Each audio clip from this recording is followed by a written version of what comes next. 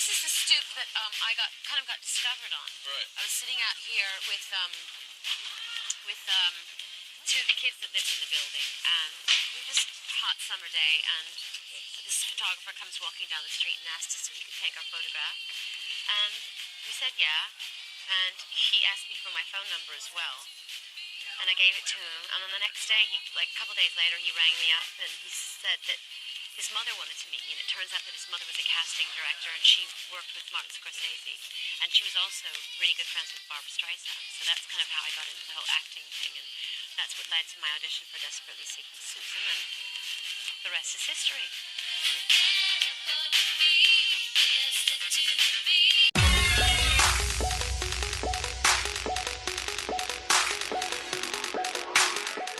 E aí, seus felas? Quando os produtores que estavam procurando uma Susan pro filme deles viram o clipe de Lucky Star, falaram: achei, aí a Susan. Tanto que no filme nem parece que Madonna tá interpretando, porque ela tá usando as roupas de Madonna, falando igual a Madonna, andando que nem a Madonna, é tipo a Madonna, só colocaram o nome de Susan nela. Tanto que Madonna foi tão natural que ela acabou roubando a cena. Dizem que na verdade esse filme era pra ter alavancado a carreira da Rosanna Arquette, que é aí a outra personagem que na verdade é a principal do filme, e pra ela ter sido notada, entendeu? Mas na verdade quem levou todos os créditos foi a Madonna. Na época tinha até anúncio falando: vem assistir o filme da Madonna, só que o filme não era dela. Dizem que a Rosanna ficou meio mordida com isso, ficou meio bronqueada com a Madonna, mas tipo, não tinha o que fazer. The movie I'm working on is called Desperately Seeking Susan. It's directed by Susan Seidelman, who did a movie called Smithereens, and I play Susan.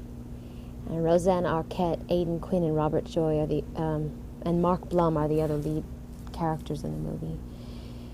And it takes place in New York. It's shot all in New York, and little bits and pieces of it are shot in New Jersey. And it's like a murder mystery comedy romance. It's kind of like old-fashioned screwball mystery, you know, like. And the character I play is sort of a combination between Judy Holliday and Carole Lombard, but from a long time ago. So it's funny and light, and it's been a lot of fun so far, but a lot of hard work. It's a lot different than making records. How do you feel about acting? Well, acting is just it's just another kind of performing. It's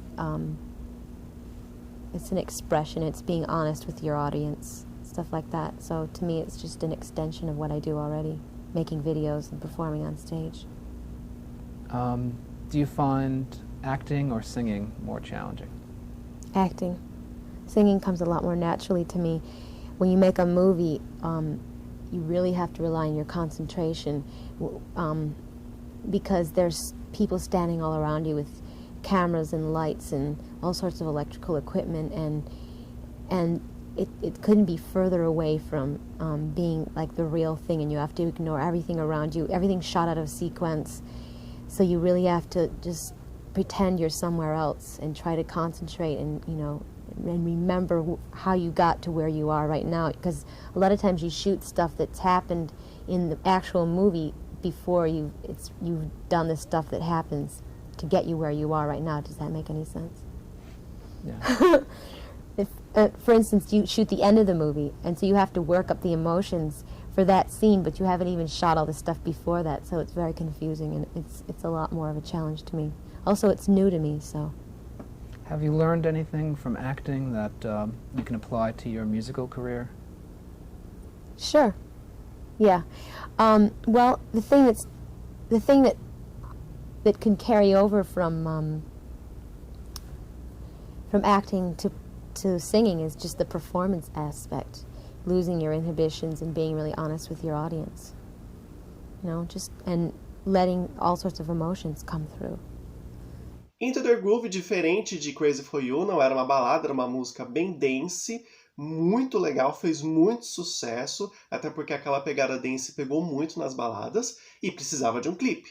Madonna já estava nos preparativos da sua turnê, The Virgin Tour, então não tinha como entrar em estúdio para gravar clipe. Não tem problema, o que os produtores dela fizeram?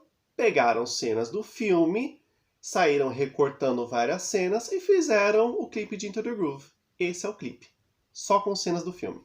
Well, I think video has been very important to my success as a singer because I haven't toured extensively and I really haven't gone on the road yet with a band. I've done tours in the United States and Europe, but only track dates, singing live to tape music with dancers, never with a band. And I think video is making it possible for you to reach people, reach the masses without actually touring. So for me, I think that's really what's crossed me over Now, and given me the exposure that I have now. you're going to be touring with a band for this next record, right? Right. I think Eventually. you're playing with your microphone. I think I see the sound man squirming over there. Sorry. I'm not a very good interviewee. No, you're fine. As long as you don't play with your microphone, you're fine. How do you feel about the prospect of going out in the world with the band now? Well, I have mixed feelings about touring with a band because I love to perform and I love to be on stage, but it's very taxing and it's rough, you know, to travel in a bus, and I mean you really have to be geared up for dealing with a lot of the problems that you deal with. You know, when you do TV shows and you sing to tape music, all you have is a tape, and you know you're just dealing with a very small group of people. With the band, you have all the musicians, you have all the equipment, you have a sound person, you know you have to do sound checks. It's very involved, and there's a lot more risk involved, and there's a lot more things that could go wrong, and I don't know. So I don't want to deal with that aspect of it, but I do want to perform, and I do want to I want to do a major city tour in the United States. That's what I want to do. So maybe once I get on the road, I'll just like get past that, and the reward from the actual performing will, you know, not let me think about all the problems that I have to deal with. Do you have anything definitely set at this point, or? No, because I'm not sure about the actual release dates. I know the single from my new album, Like a Virgin, is coming out on October 15th, and I hope that the album will follow approximately 4 weeks after that. So that's when I think the tour will be good, right when the album comes out. And I'm not exactly sure of those dates yet because Lucky Star's, you know, still doing really well, and they can't put Like a Virgin out until that starts going down on the charts, and I just have to time it all. And then there's also, you know, the holidays and stuff. I don't think it's a good idea to tour right around Christmas. Sex appeal is obviously a big part of your image. How do you feel about using sex to sell yourself and sell your talents? I don't think that I'm using sex to sell myself. I think that I'm a very sexual person, and that comes through in my performing. And if that's what gets people to buy my records, then that's fine. But I don't think of it consciously, well, I'm going to be sexy to get people interested in me. It's the way I am. It's the way I've always been. What kind of reaction do you get from feminists, and what kind of replies do you give them when they criticize you? If I do get any I don't really get them that often. Every once in a while I'll get a reaction from another performer who's a feminist, a singer. And if I do get anything from them, I think they're jealous and envious of me. And my reply to them is that that's the choice that I've made. I'm not going to tell you what to do with your life, and you're not going to tell me what to do with mine. I enjoy this. This is my choice. And I'm bringing, I think I'm bringing happiness to people. So it's as simple as that. Celebrity always tends to separate the real person from their public image. What is it about yourself you think doesn't come across in your image?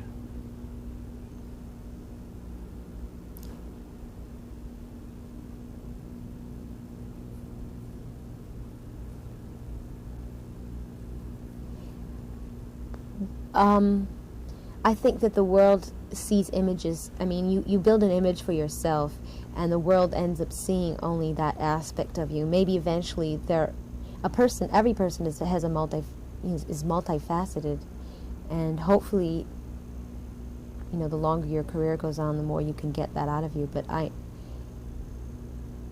couldn't begin to tell you what the world doesn't see in me right now. There's a million things, you know. But hopefully, and I don't think it's really important to let all of that out. I think it's important to keep certain things to yourself privately.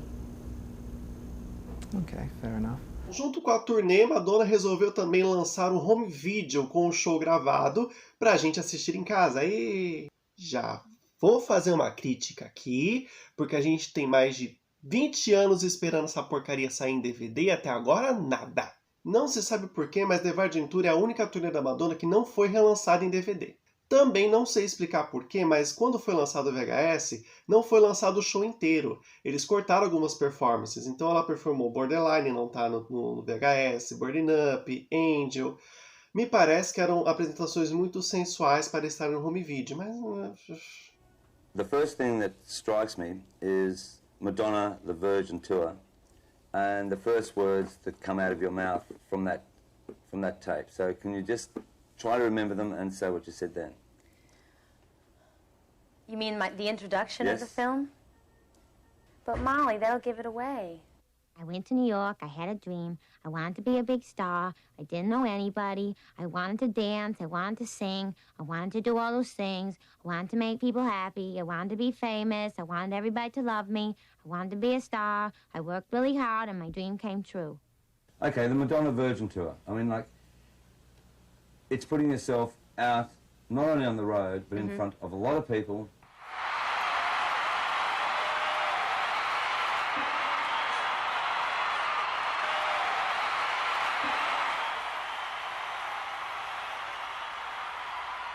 There's no place like home! So, are you having a good time? What about you people back there? I can't hear you. Now, the people loved it, and that was proven. Some of the critics hated it. They wanted to shoot you down. You know? Oh, yeah, sure. So that's how did normal. you cope with that? Well, I think overall I ignored them because I knew deep down in my heart that it was good. And that I was also always going to meet up, and I will in the future meet up with a certain amount of, you know, controversy, a certain amount of opposition to what I'm doing. Okay, if you look at the video version, I mean the Virgin Tour video, it looks great, you know? Yeah. But it's not that easy to put that together, you know? And especially, I mean, for yourself. I mean, like, the dancers, the musicians, I mean, there was a backing group that hadn't been there before on your records. So, I mean, like, how did you do that? How did I put the show Yeah, together? how did the process of you putting a tour together? Well, the main and most important thing was getting the band together, and I auditioned East Coast and West Coast musicians, and wherever the majority of the good musicians were, that's where I decided to set up, you know, like, shop. It just turned out that almost everybody I used in my tour I found in Los Angeles, so that's where I really put together the tour. I brought one guy out from New York, and it also ended up that that's where I found all the dancers, although I auditioned people from everywhere. Okay, so you decide then to sort of put this sort of situation together. Mm-hmm. You put yourself through a strenuous thing. I mean, number one, you have to sing. Right? And number two, you put yourself through this immense dancing routine from number to number to number, you know? Well, what I would do is I'd spend all afternoon working out all the choreography and the staging of the show with me and the dancers, and then I'd go at night and work with the musicians. And then and we rehearsed like this separate, me and the dancers and then me and the musicians for about a month. And then we spent about 3 or 4 weeks putting it all together on the soundstage. Then everybody came together, and I had a great choreographer to work with, so he sort of watched over the whole, you know, what it was like visually, and everybody started working together, but I had to take it in pieces. Okay, in 16 months, you've had 11 staggering hits. 11, and that's a lot, you know? It's Yeah. almost one a month, you know? Yeah. They're all on the Virgin Tour performance. Mm-hmm. Which is your favourite? My favorite song or my favorite? Your favourite song and then your favourite performance. Get Into the Groove. Get